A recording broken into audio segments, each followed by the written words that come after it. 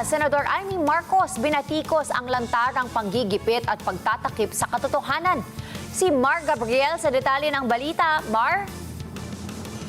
Hindi raw may pagkakaila, hindi maitatanggi at hindi mapagtatakban ang lantaran at buong pwersa na panggigipit ng administrasyon sa mga naninindigan para sa katotohanan.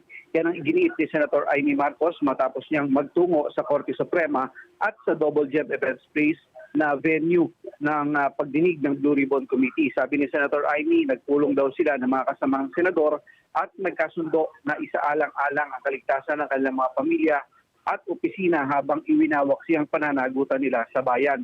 Garapal daw ang pananakot, garapal ang pagyurak sa Senado at sa saligang batas. Ipinipilit daw ang pamumulitika at pagwasak sa korupsyon.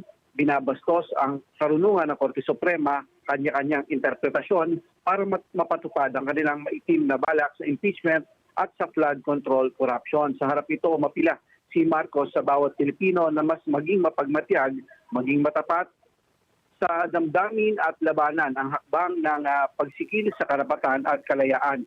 Inihikayat niya rin ang bawat isa na magpahayag at makilahok sa mga payapa at mahinahong pagkilos upang maipaabot sa administrasyon ang pandidiri sa garapal at walang puknat na oras-oras, araw-araw at linggo-linggong pangigipit, pananakot, pagbabanta sa mga nais ilabas ng katotohanan. Kahit ano raw ang gawing tumbling, sirkos at pagtatakip sa baha ng kanilang hindi mapatid na uhaw, nakabanang bahan at kapangyarihan. Para sa mata ng Agila, Mar Gabriel, matatag, matapang, matapat